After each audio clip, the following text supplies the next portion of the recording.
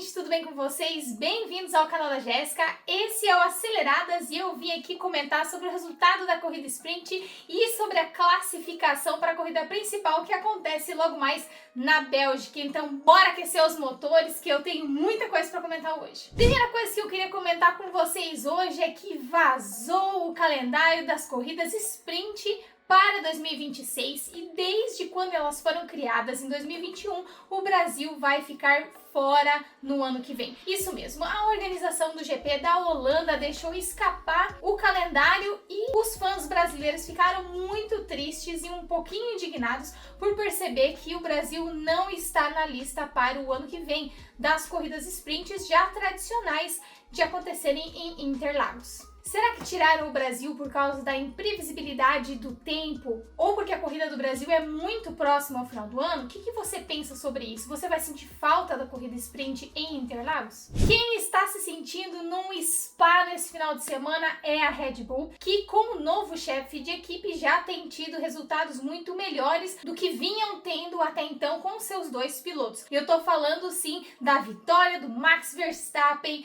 na corrida sprint. Ele teve muita calma e estratégia, usou o vácuo do Piastri e conseguiu tomar dele a primeira colocação. Assim como ele, quem se aproveitou também para fazer uma manobra e ultrapassar foi o Leclerc, que roubou a terceira posição do Norris, mas diferente do Verstappen, que conseguiu manter a posição roubada até o final da corrida sprint, Leclerc acabou perdendo para o Lando Norris. Não sei se você sabe, mas na corrida sprint não é necessário fazer pit stops e é uma corrida muito rápida. E o Max Verstappen, em entrevista após a sua vitória, ele disse o seguinte sobre a corrida: manter carros mais rápidos atrás de você exige mais do que se imagina. Senti como se estivesse dando 15 voltas de classificação. E realmente, né, a gente sabe que a qualidade das McLarens em si é muito superior aos outros carros, mas Verstappen vem provando que ele realmente é um homem de muitos coelhos na cartola e conseguiu novamente uma vitória em cima da McLaren. Será que nessa corrida de Spa a pole position é realmente boa? Porque se você não tiver muito cuidado,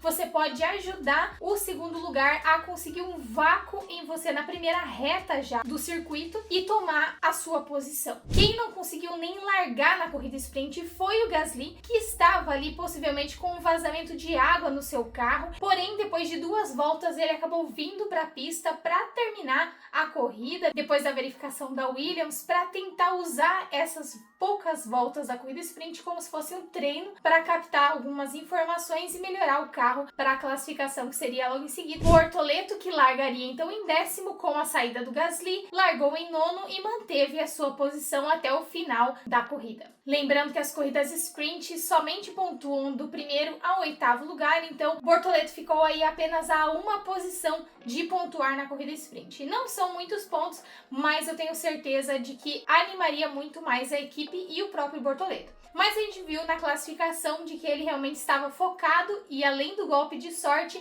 também teve muito talento do brasileiro envolvido. Um ponto que eu queria comentar com vocês é que a maioria dos pilotos largou na corrida sprint com pneus novos, porém Max Verstappen saiu com o pneu já usado, apenas 3 voltas o seu pneu médio já tinha sido usado, mas ele não fez a corrida sprint com pneus novos, o que deixa a vitória dele ainda mais avassaladora em cima do Piastri, sabendo que ele tinha pneus mais velhos do que o do Piastri e mesmo assim conseguiu segurar a posição dele. Outra coisa que percebemos com a corrida sprint é que o gerenciamento de energia vai ser uma coisa muito importante durante a corrida principal de logo mais. O Piastri teve muitos problemas com esse gerenciamento para conseguir atacar o Max Verstappen e no rádio a gente podia ver o engenheiro do Norris comentando que a quantidade de energia que seu motor tinha era superior ao do Piastri. Caso ele quisesse atacar, ele teria então vantagem. Mas nas retas, mesmo com os DRS abertos, nem o Norris nem o Piastri conseguiam se aproximar do Max. Ele realmente defendeu espetacularmente. Lembrando que o Max Verstappen é o maior campeão de sprints de todos os tempos. Ele conta com 12 vitórias em corrida sprint e o segundo lugar é somente de quem? Valtteri Bottas, que é piloto reserva reserva hoje da Mercedes,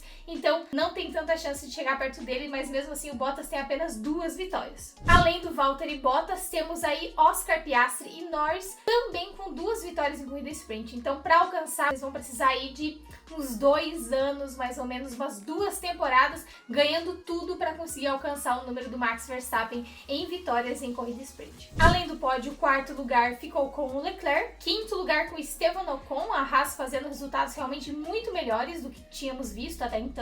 Carlos Sainz também aparecendo, Oliver Bernal, os 2 carros da Haas então pontuando nessa corrida sprint e o último pontinho para o Radiar. Lembrando que a Haas está aí em penúltimo no campeonato de construtores, então esses pontos são realmente muito importantes para que eles avancem um pouco mais no campeonato de construtores. Em entrevista logo depois da corrida sprint, o Piastri comentou sobre a perda dele da posição e eu vou ler para vocês aqui. Tentei fazer o meu melhor para passar Verstappen pelas retas e não dar muita vantagem, mas não tive velocidade suficiente na reta e obviamente nas outras também. Ainda é um bom resultado o 2º lugar. É apenas a corrida sprint. Os pontos principais são amanhã, então estou feliz, mas frustrado por não ter conseguido ultrapassar. A previsão do tempo está bem ruim para amanhã e provavelmente não vou querer tirar muita asa, mas eu também não quero repetir a corrida sprint que fizemos. Então vamos dar uma olhada e ver o que podemos melhorar. A diferença do carro do Verstappen era que ele tinha uma asa um pouco mais curta. Então esse comentário do Piastri é de que talvez eles deveriam fazer uma modificação no carro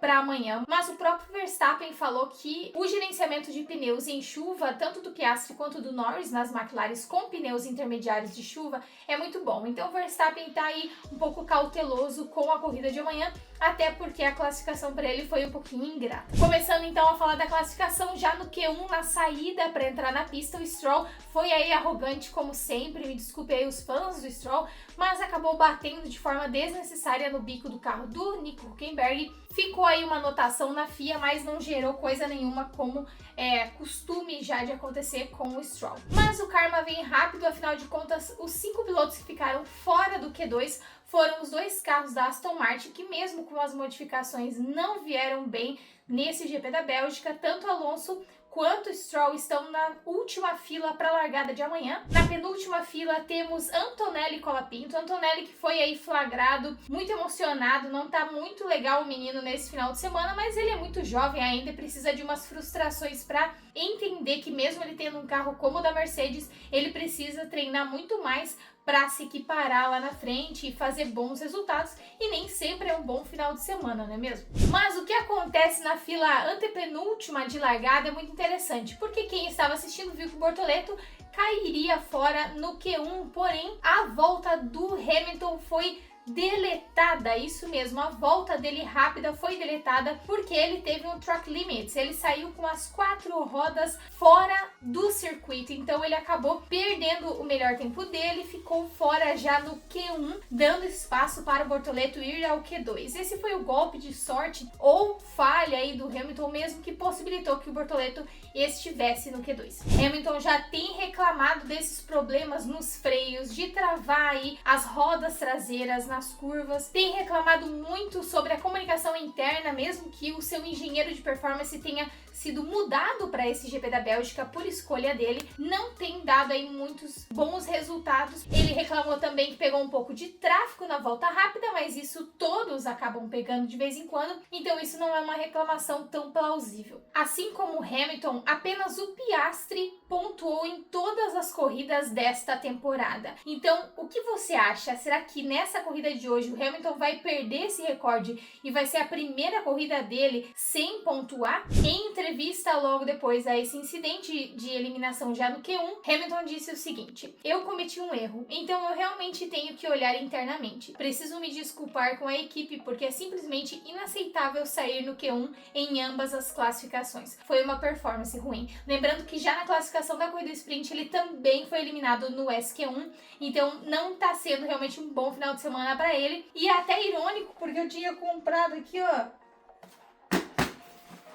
um Lego da Ferrari para montar essa semana, com uma expectativa de que o Hamilton talvez tivesse o primeiro pódio com o uniforme da Ferrari nesse GP, mas não vamos perder as esperanças, até porque Leclerc larga em terceiro e pode muito bem dar o orgulho que eu preciso para me animar a montar isso daqui e largar esses shorts essa semana para vocês aqui no YouTube. Então fiquem ligados. Se você ainda não viu a construção dos outros carros da Lego, eu vou deixar o link aqui em cima para você dar uma olhada nos shorts. Aproveita, já deixa seu like, se inscreve no canal se você não é inscrito e ativa o sininho das notificações para não perder nenhum vídeo. Amanhã eu volto com o vídeo da corrida e as repercussões, então você tem muito a ganhar tendo as notificações ativadas. Também me ajude divulgando esse vídeo e esse canal para outros amigos que gostam de Fórmula 1 para me ajudar com minha meta de 1000 inscritos até o Natal. Posso contar com a sua ajuda? No Q2, o Bortoleto fez a volta da vida dele em Spa e acabou passando muito bem ao Q3. Os eliminados no Q3 foram então a dobradinha da Haas, Ocon e Berman, que foram muito bem na sprint, mas aqui na classificação para a corrida ficaram ali próximos da zona de pontuação, mas ainda assim não dentro da zona. Gasly,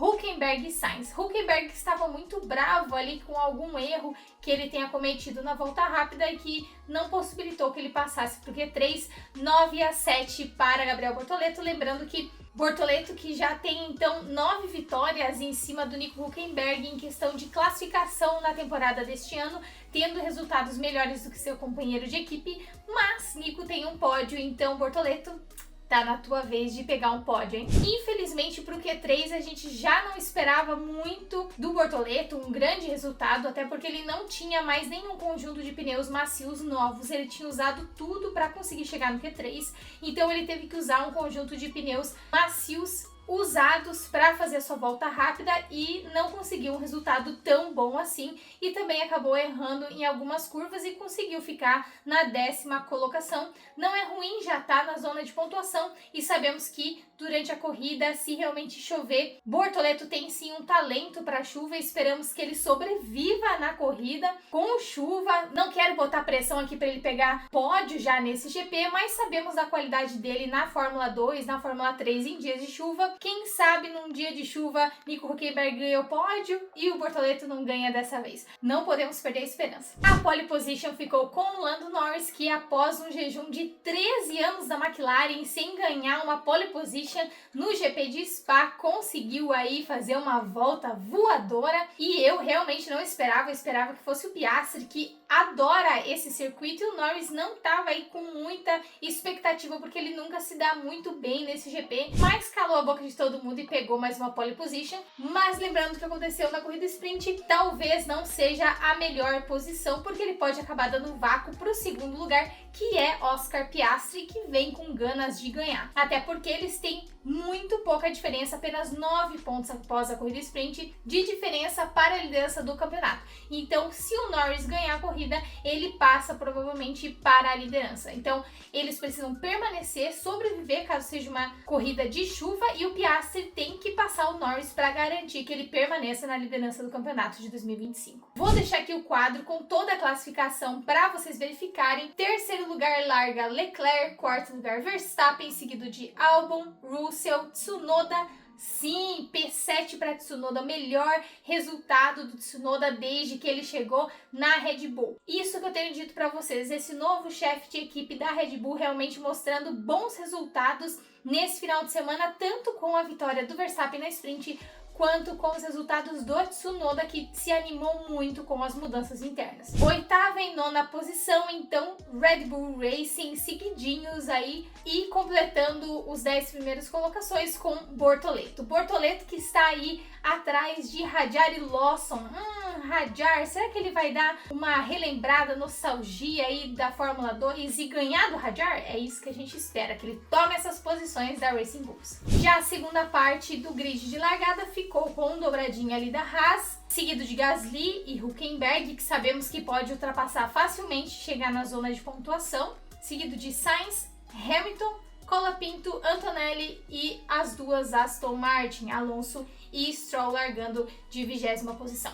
Colapinto não tá tão atrás assim, mas a gente sabe que o Kimi Antonelli vai querer se redimir e ele tem carro para isso, para tomar a posição do Colapinto e avançar. Hamilton também não espero que fique para trás, apesar dos problemas que ele tem no carro. Eu acredito que ele vai chegar na zona de pontuação ou muito próximo dela. basta verificar como vai ser essa largada com chuva. Mas a nossa torcida precisa ser para que não chova muito, afinal de contas em 2021, por exemplo, não houve nenhuma volta inteira durante toda a corrida com bandeira verde. E o pódio aconteceu praticamente sem corrida em 2021 com vitória de Max Verstappen. Então esperamos que o pneu wet, que não funciona muito bem, não seja usado e seja necessário apenas o intermediário mesmo. Para brilhantar ainda mais essa corrida, seria bom se desse chuva parasse, para dar mais emoção ainda, dificultar a vida dos pilotos e melhorar da audiência. Se você perdeu alguma coisa desse final de semana, deixo aqui o link do meu GP sobre o TL único e sobre a classificação para a corrida sprint.